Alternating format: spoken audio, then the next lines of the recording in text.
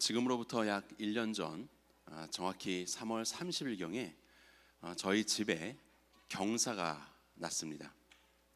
부활절이 되면 우리가 오늘도 그렇지만 무엇을 주로 먹죠? 계란을 먹죠. 우연히 계란을 얻게 되어서 이 계란을 부화기에 부화를 시키려고 해보았는데 정확히 1년 전에 오늘 삐약삐약 소리가 나기 시작했습니다.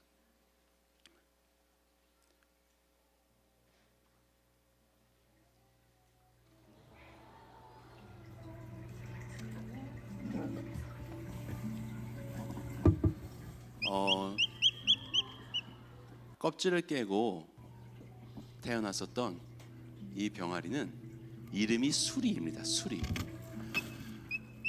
귀엽죠? 왜 수리라고 지었냐면 다시 전으로 돌려주셔야 되는데 얼굴이 독수리처럼 생겼습니다. 그래서 이제 이 수리였어요. 수리가 처음 태어나서 먹이도 주고 따뜻하게 하려고 빛도 비추고 그렇게 살았어요. 그런데 처음 이 계란을 주셨던 그 주인분이 그런 이야기 하셨어요. 병아리는 집에서 못 키웁니다. 이런 이야기를 하셨어요. 그래서 왜요? 라고 여쭤봤더니 병아리가 급성장해서 나중에는 그 배설물들, 똥들을 감당할 수가 없을 거라고 말씀하시는 거예요.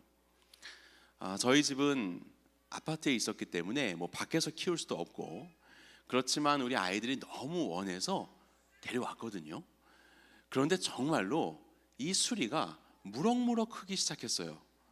무럭무럭 크기 시작하면서 잠자려고 누워있으면 짹짹 소리도 많이 내고 응가도 많이 해서 이제 수리가 있는 곳은 사람이 갈 수 없을 정도로 냄새가 많이 나기 시작을 하였습니다. 이것이 바로 그거구나 라는 생각이 들었어요. 그래서 조금 아쉬운 마음이 있지만 그 계란을 주셨던 분이 그런 얘기 하셨어요. 분명히 키우시다가 다 못 키우실 텐데 그때까지 살아있거든 자기가 키우던 이곳을 데려오시라고. 거기에는 이렇게 펼쳐놓고 닭들이 있었거든요. 그래서 거기서 놓고 키우시면 된다고 그런 이야기 하셨어요. 그런데 경고를 한 가지 하셨습니다. 닭을 키우다 보면 이 닭들이 패를 지어서 우리 편과 너희 편이 있어서 밖에서 온 닭들은 잘 적응을 할 수가 없어요. 심지어는 같은 패 안에 있는 닭이라 할지라도 조금 연약한 닭이 있으면 자꾸 걔를 쪼아가지고 한 명을 그렇게 어렵게 만들고 이것이 바로 닭의 살아가는 모습이에요. 참고하세요 라고 하셨거든요. 그런데 정말로 그날이 되었습니다. 집에서 도대체 키울 수가 없는 이 수리를 아쉬운 마음을 가지고 이별을 해야 되는 그때가 됐어요. 그래서 집에 있는 맛있는 모이 잘 먹여주고 따뜻한 곳에 담아서 원래 데리고 왔었던 바로 그 농장으로 이 친구를 데리고 갔습니다. 그리고 나서 이 친구를 풀어주었는데요. 우리 수리 3이라고 되어 있는 영상 보여주시겠습니까? 수리 3.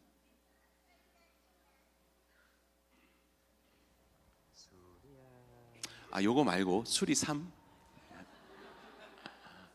파워포인트 순서에 따라서 해주시면 되겠습니다.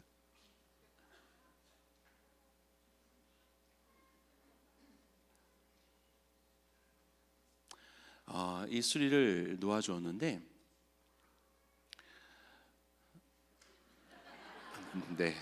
수리가 가길 싫어하는 것 같습니다. 이제 그 닭들이 많이 있었어요. 많이 있는 곳에 수리가 요만한 병아리 같은 닭이 이렇게 놓여 있으니까 다른 큰 닭들이 막 몰려오는 거예요. 몰려왔는데 역시나 얘기 들은 대로 이 작은 닭을 쪼아대기 시작하는 거예요. 처음에는 제가 옆에 있어서 막 얼씬도 못하게 하다가 언제까지 그럴 수 있겠어요. 그래서 얼른 뒤로 가서 이제 차에 타서 보았는데 이 큰 닭들이 오더니 막 쪼아대는 거예요. 너무 가슴이 아픈 거 있죠. 가서 얼른 도와주고 싶지만 그것이 바른 길은 아니라고 생각해서 계속 차에 앉아 있었거든요. 그 모습이 너무나도 처참해서 지금 영상이 안 나오는 것 같습니다. 와서 막 쪼고 하는데 막 마음이 너무 아팠어요. 이별을 하는 것도 아팠는데요. 어쩌면 이것이 영원한 이별이 될 것 같아서 정말 마음이 아팠어요. 그리고 더 보지 못하고 차를 돌려서 그곳을 빠져나왔습니다. 그러면서 제가 그런 생각했어요. 이 수리가 태어난 것이 부활절이었거든요. 1년 전에. 하나님께서 이 땅에 예수님 보내주실 때 이런 마음이셨겠다. 그래서 예수님이, 우리 말씀을 보도록 하겠습니다. 이사야서 말씀 보여주시면 우리 파워포인트를 계속 끼워놔 주시면 되겠습니다. 이사야서의 말씀을 보면 이런 구절이 있어요. 파워포인트를 넘겨주시면 되겠습니다.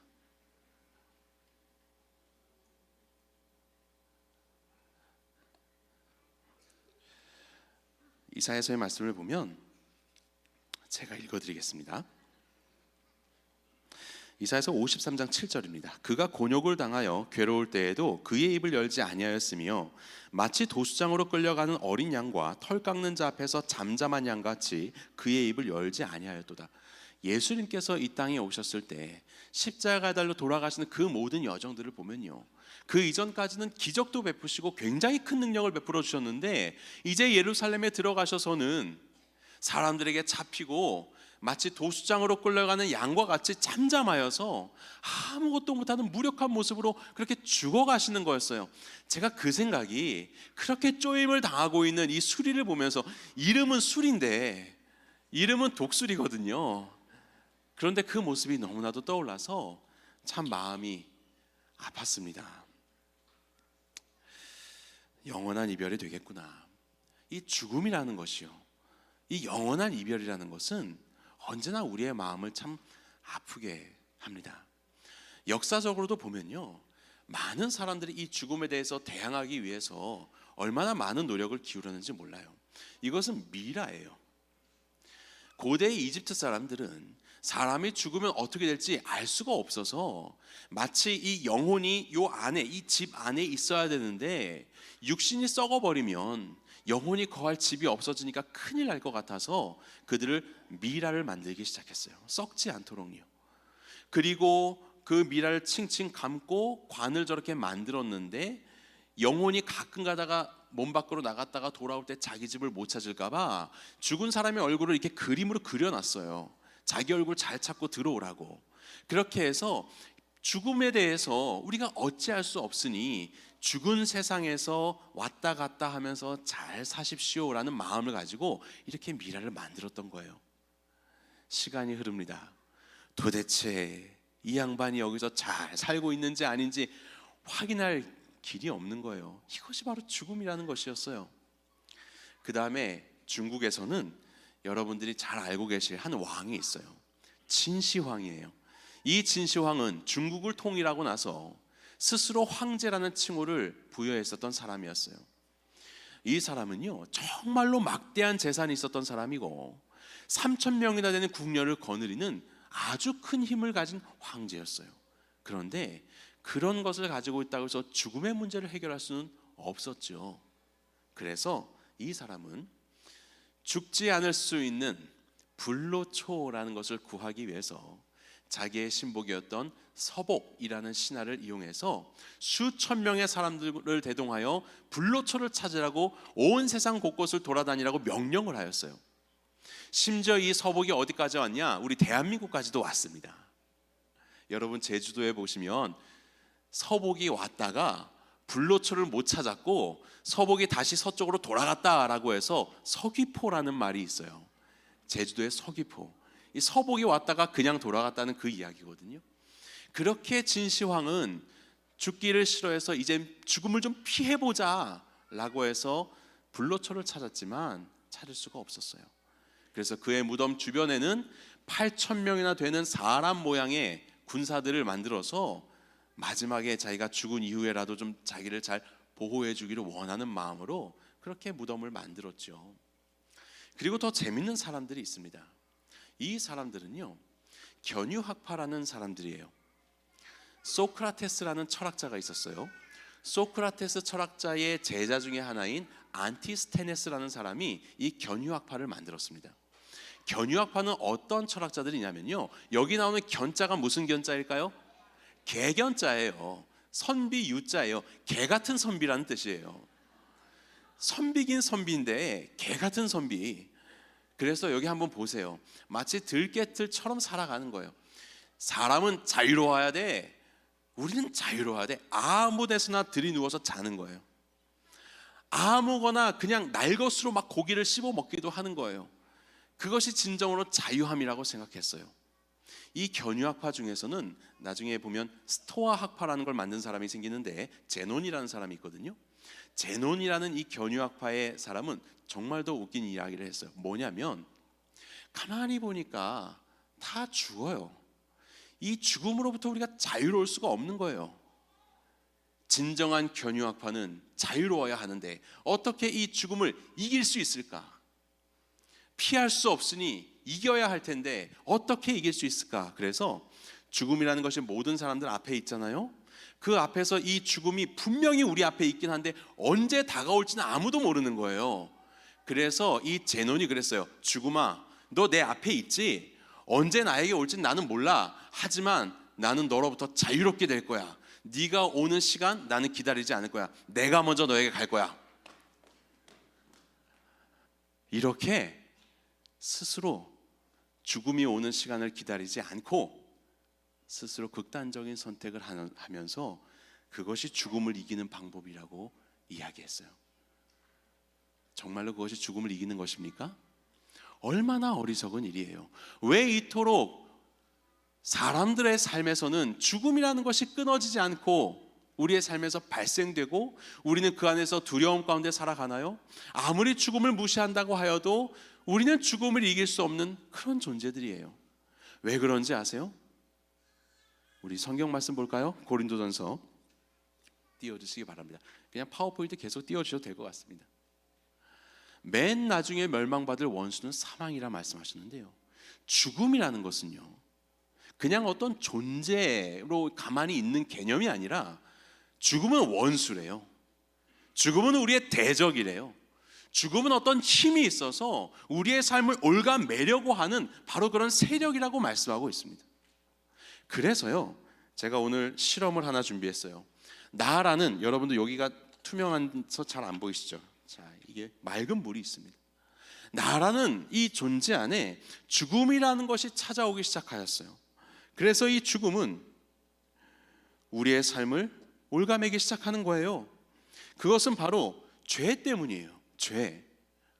우리가 하나님을 벗어나서 스스로 주인된 삶을 살아가는 이런 죄는 결국 우리의 삶에 많은 죄악된 일들을 낳게 되고 그것이 결국은 우리의 삶에 사망으로 이르게 된다고 성경은 말씀하고 있어요. 왜 우리의 삶에 이런 죽음이 찾아왔느냐? 죄 때문이에요. 그리고 이 죄 안에서 살아가는 우리의 삶으로 인해서 우리는 계속해서 죄의 지배를 받고 있는 거예요. 죄가 우리들의 삶에 왕노릇하고 있는 것이에요. 그래서 우리는 어떠한 사람도 이 죄의 문제에서 스스로 자유케 될 수가 없는 것입니다. 죄의 삭은 사망이라고 했는데요, 그래서 우리는 죽음에 이르게 되는 것이에요. 그것이 바로 우리들의 모습이에요.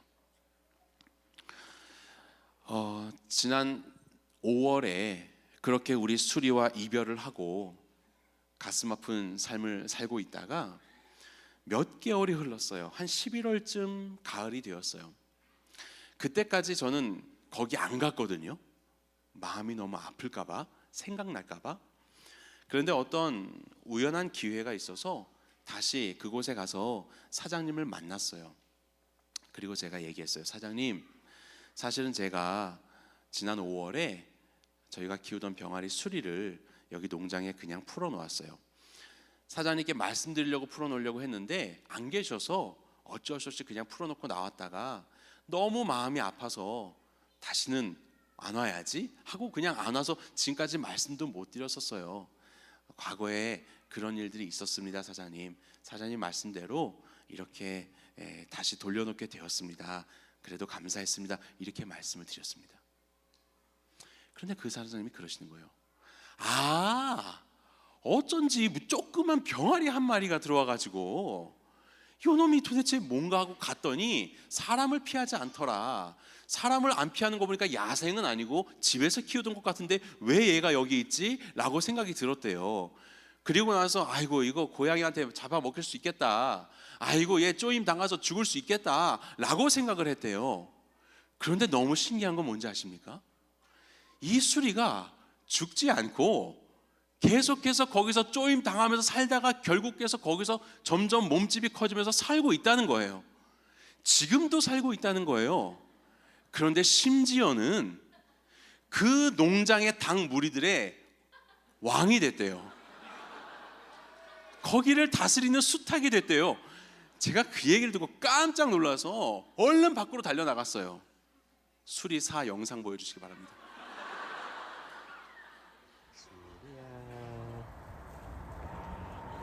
저 까만 닭 보이시나요? 수리가 컸어요. 그 조금 했었던 이 수리가 커서 이제는 이전에 없었던 멋있는 닭벼슬도 생기고 꺽꺽꺽거리면서 막 그 지금 암탉들 막 다스리고 있거든요. 그곳에 왕이 되어 있는 것이에요. 그 무리들의 패에 가장 우두머리가 되고 있는 것이에요. 제가 그 얘기를 듣고 얼마나 깜짝 놀라서 확인했는데 과연 저 시커먼 수리가 너무나도 멋지고 늠름한 모습으로 이 무리들의 왕으로 다스리고 있는 것을 확인한 거예요. 참 신기했어요. 놀라웠어요. 감격스러웠어요. 어떻게 이런 일이 벌어질 수가 있지? 정말 무슨 일이 그동안 있었던 것이지? 이 모든 것들을 생각할 수도 없을 만큼 너무나도 명확한 현실 앞에 제가 깜짝 놀랐어요. 아마도 예수님의 무덤을 찾아섰던 많은 여인들이 예수님이 계시지 않고 부활하셨다, 그가 말씀하신 대로 그는 부활하셨다라고 이야기할 때 이런 마음이었을까요? 제자들에게 부활의 소식을 증거했을 때 무슨 말이야, 예수님이 거기서 매 맞고 돌아가시는 거 우리가 봤는데 부활하셨다고?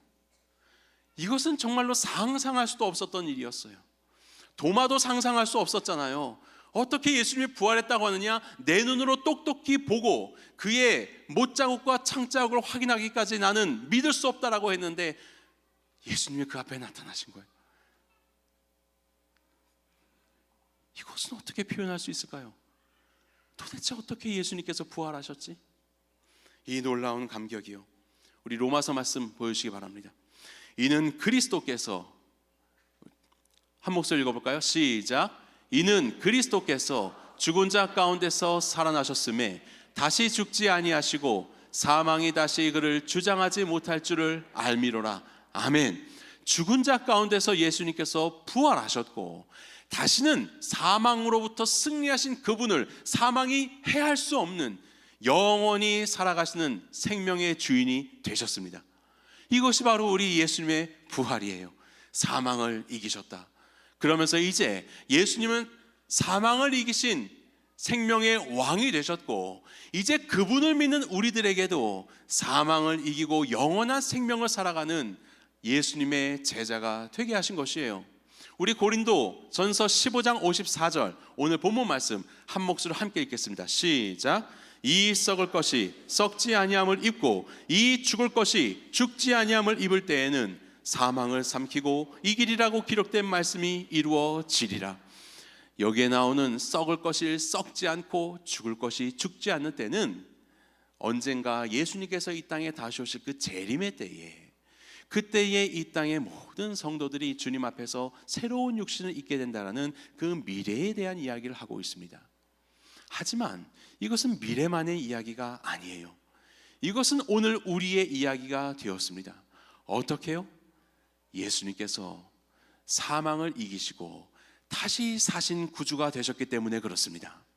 이제 이 예수님을 우리의 마음 가운데 우리의 삶의 주인과 구원자로 모셔드릴 때 우리도 영원한 사망의 권세 아래에 놓여있는 죽을 수밖에 없는 죄인들이 아니라 예수님의 생명의 능력으로 우리도 영원토록 다시 사는 예수님의 백성이 되었음을 믿습니다.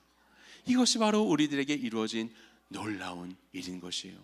그렇다면 이제 우리의 삶에서 이 죄로 인하여서 계속해서 죄의 영향력으로 인하여 우리의 삶이 하나님이 기뻐하시지 않는 사망의 그늘, 사망의 연약함, 그래서 여전히 내 마음에는 악함이 가득하고 나쁜 생각이 가득하고 시기하는 마음과 이기심이 가득하고 내 이웃의 어려움을 외면하고 돌아보지 않으려고 하는 그런 어떤 검은 마음들, 이 죄의 지배의 마음들이 조금씩 사라지고 사망을 삼키신, 사망을 삼켜 이긴다고 말씀하신 예수님의 승리의 모습이 저와 여러분들의 삶 속에서 나타나게 되는 것이에요.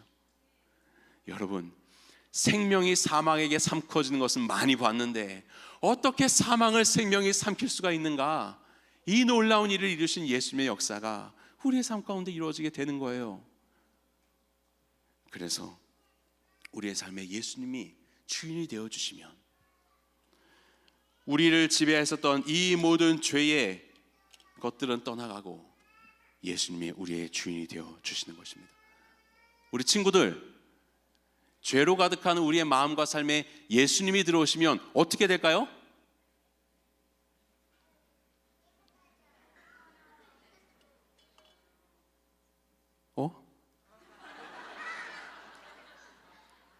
왜 안 변하지?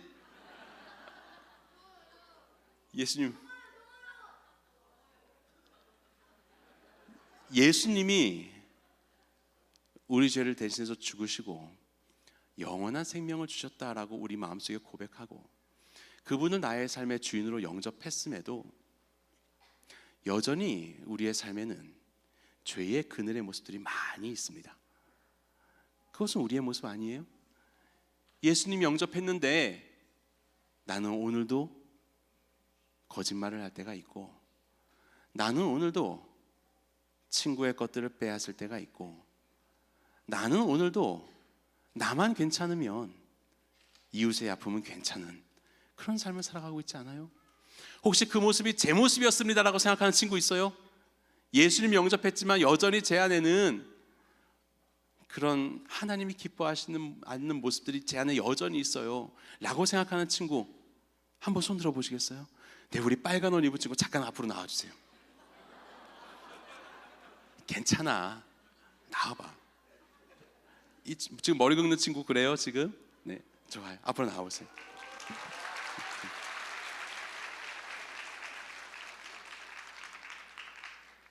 예수님을 믿는다고 했지만요, 나는 정말 예수님 믿고 있는 건 맞나? 예수님의 보혈의 피를 옷으로만 입고 있지 내 마음속에 정말 뿌린 건 맞나? 라고 생각하는 것이 사실 우리의 삶 아니에요? 예수님 주인이신데 너무나도 부족한 모습으로 주님 뒤로 숨고 싶은 마음이 우리의 모습 아닌가요? 그래서 우리에게 필요한 것이 있어요. 예수님이 내 주인 되시면 우리 예수님 자녀 맞아요. 내 삶에 비록 이렇게 깜깜하고 어두운 모습이 여전히 있어도 예수님 내 주인 맞아요. 그래서 우리는 영원한 생명 얻는 거 맞아요. 하지만 우리의 삶에 예수님이 기뻐하시지 않는 이 죄의 지배를 받고 있는 모습들, 이것은 우리가 바람직한 모습이 아니에요. 이것을 해결하기 위해서 우리가 해야 될 것이 있습니다. 그것은 바로 한 목소리 한번 다 같이 따라해 볼까요? 예수님과 함께 사는 것. 예수님을 영접하고 이제 예수님과 함께 사는 것이 우리에게 필요해요. 죄가 나를 지배하였었던 것처럼 이제 예수님이 내 삶을 다스려 달라고. 우리 친구 이름이 뭐예요? 네. 김창조요? 아멘. 창조야? 우리 창조가 예수님, 이 창조의 삶이에요. 창조가 손 든 것처럼 예수님 영접했지만 여전히 죄악의 모습이 우리 안에 있어요. 자, 우리 예수님을, 우리 창조가 이 예수님을 저어 보세요. 창조의 삶 속에 예수님께서 함께 해주시도록. 예수님, 아침에 일어났을 때 다른 것들 생각하지 말고 가장 먼저 아침에 일어나서 뭐 생각해야 되죠? 누구 생각해야 되죠? 예수님. 아멘. 힘든 마음이 들고 나쁜 마음이 들 때에 내 마음을 다스려 주세요라고 누구에게 기도해야 되죠?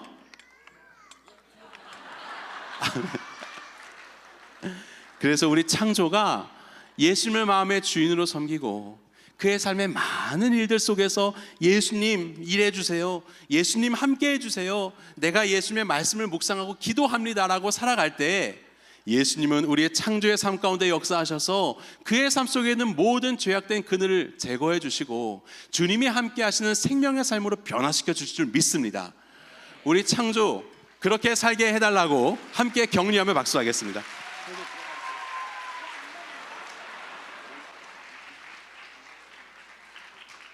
들어가세요. 바로 그런 것이 우리의 삶이 예수님과 함께 동행하는 것. 예수님 믿는다고 우리가 이렇게 살아가고 있지만 여전히 우리의 삶에서 있는 그 죄의 그늘들, 하나님이 기뻐하시지 않는 그런 지배받은 모습들 어떻게 해결할 수 있어요? 첫 번째는 예수 그리스도를 여러분들의 삶의 주인과 구원자로 영접하셔야 합니다. 내 삶의 주인을 예수님으로 영접하셔야 합니다. 그리고 이제 그 예수님과 함께 사십시오. 여러분들의 삶에 가장 기쁜 일이 있을 때도 예수님을 기억하며 감사하시고, 여러분들 삶에 가장 어려운 일이 있을 때도 내 생명의 주인 되신 예수님을 기억하며 주님을 의지하십시오.